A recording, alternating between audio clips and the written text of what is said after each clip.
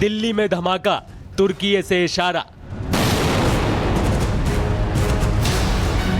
Brain wash का फंदा, उकासा का धंधा।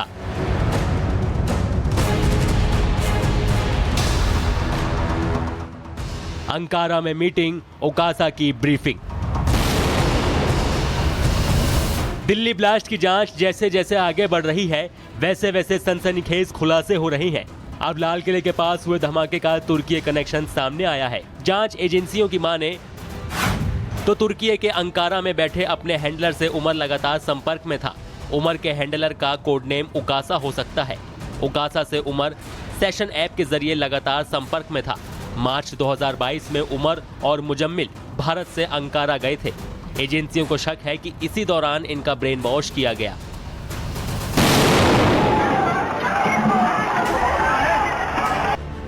जांच में पता चला है कि भारत को दहलाने की साजिश के पीछे व्हाइट कॉलर आतंकियों का एक बड़ा नेटवर्क काम कर रहा था। इस नेटवर्क के तार आतंकी संगठन जैश ए मोहम्मद से सीधे जुड़े बताए जा रहे हैं। मुजम्मिल और उमर ने तुर्की की यात्रा की थी और वहीं पर जैश ए मोहम्मद के हैंडलर से मुलाकात कर धमाके की पूरी स्क्रिप्ट लिखी गई। सुरक्षा एजेंसियों की जांच में सामने आया है कि डॉक्टर उमर और डॉक्टर मुजम्मिल तुर्की का दौरा कर चुके हैं। दोनों आतंकियों के पासपोर्ट में इस बात के संकेत मिले हैं। दोनों ने तुर्की दौरे के दौरान खौफनाक प्लानिंग की। आशंका है कि तुर्की से जैश ए मोहम्मद निर्देश दे रहा था।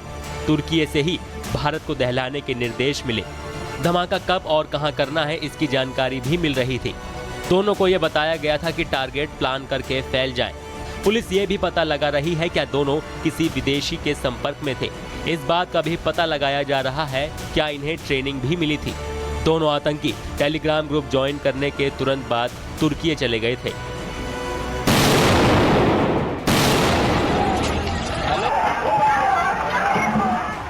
कुल मिलाकर तुर्की कनेक्शन ने जांच एजेंसियों के सामने कई नए सवाल खड़े कर दिए हैं। क्या उकासा असली नाम है या कोड नेम? क्या दिल्ली धमाके की स्क्रिप्ट तुर्की में लिखी गई थी? और सबसे बड़ा सवाल, क्या तुर्की भारत विरोधी साजिश का नया अड्डा बन रहा है? Bureau report, Republic Bharat.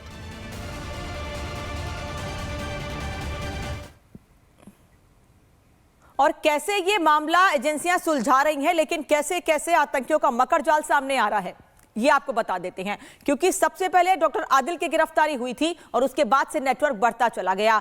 उकासा जो मुख्य व्यक्ति है, जो तुर्की में बैठा हुआ है, ये हैंडलर है। हालांकि ये कहा जा रहा है कि उकासा इसका असली नाम नहीं है, नाम छिपाकर भी ये हैंडल बना सकता है और लोगों को अपने से जोड़ सकता है। डॉक्टर आदिल आतंकी, जैसे सहारनपुर से अरेस्ट किया गया डॉक्टर परवेज अंसारी, ये भी आतंकी। इसके अलावा doctor Sajjad, doctor Shaheen, doctor Muzammil Faridabad की अल फलाह यूनिवर्सिटी में पढ़ाते थे। डॉक्टर सज्जाद जिसका कनेक्शन कश्मीर से, डॉक्टर परवेज अंसारी जो कि शाहीन का भाई है, और डॉक्टर आदिल जिसको सहारनपुर से अरेस्ट किया गया था। और उकासा इन सभी लोगों का हैंडलर था, यानी इन सभी लोगों को निर्देश दिया करता था और उसी आधार पर यह काम किया करते थे।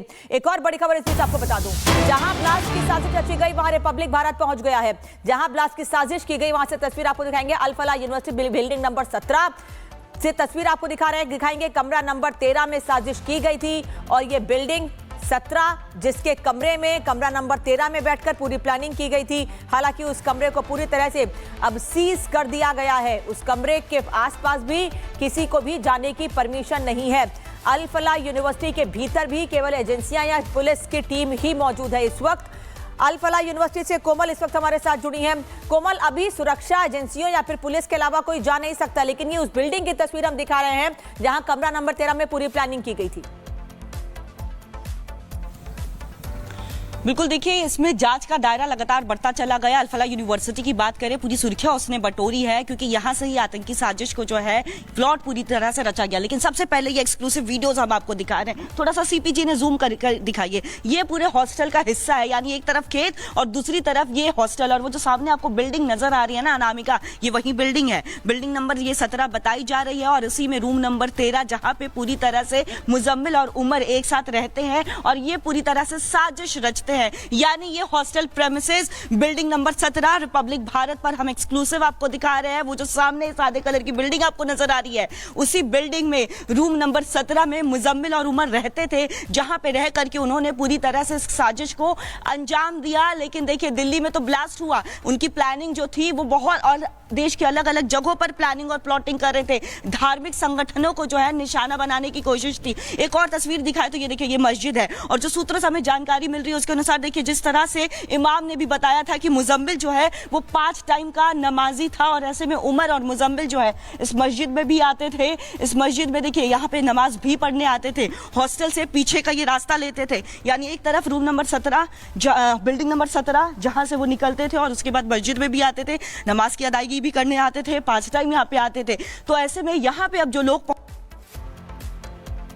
टीम जो है उनसे भी बातचीत करने की कोशिश कर रही है कि जब उनसे बातचीत होगी तो बातचीत में क्या कुछ निकल करके सामने आ सकता है, क्योंकि और भी लोगों को उन्होंने इन्फ्लुएंस किया या नहीं किया, कितने लोगों को उन्होंने इन्फ्लुएंस किया था।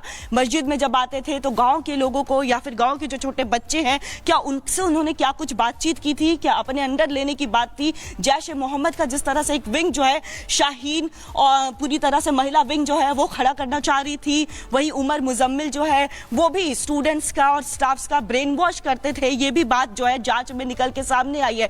तो ऐसे में इस गांव की ही बात करें तो देखिए, पहले तो हॉस्टल दिखाया, हॉस्टल के आसपास जो है ग्रामीण इलाका है और यहाँ पे मस्जिद है। यानी पूरी तरह से यहाँ के लोगों के साथ भी मुजम्मिल, उमर और शाहीन जो है वो टच में थे। शाहीन महिलाओं के साथ टच में रहती थी, उमर और मुजम्मिल जो है वो पुरुष के साथ टच में रहा करते थे, और ऐसे में उनका ब्रेन वॉश करने की कोशिश जो है वो की जा रही थी, और ज्यादा से ज्यादा लोगों को शामिल करने की कोशिश की जा रही थी। इसी इलाके में बैठ करके उन्होंने पूरी तरह से प्लानिंग प्लॉटिंग की, और सवाल खड़े हो रहे हैं कि जो इतनी भारी संख्या में विस्फोटक सामग्री जो है उन्होंने इकट्ठा की है, तो यानी ये पीछे का इलाका है, यहाँ से लगातार आना जाना था। अगर हम बात करें मुजम्मिल के कमरे की, जहां पे पहले दिन यानी सोमवार को भारी संख्या में विस्फोटक सामग्री बरामद हुई थी, बैटरीज बरामद हुई थी, तो देखिए वो रास्ते की भी रूट की भी बात करें तो ये कमरा नंबर बिल्डिंग नंबर 17 कमरा नंबर 13, यहां से वो लोग निकलते थे। इस रूट को अपना करके फिर यहां से अगर हम सीधे चलेंगे,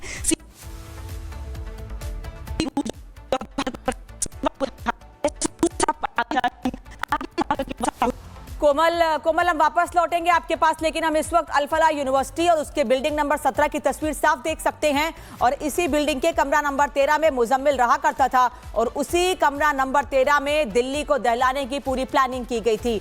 दिल्ली के चांदनी चौक इलाके में, जहां 10 तारीख की रात को 6:50 से 7 बजे के बीच ब्लास्ट हुआ, जिसमें 12 लोगों की मौत हुई है। कई लोग अभी भी अस्पताल में भर्ती हैं।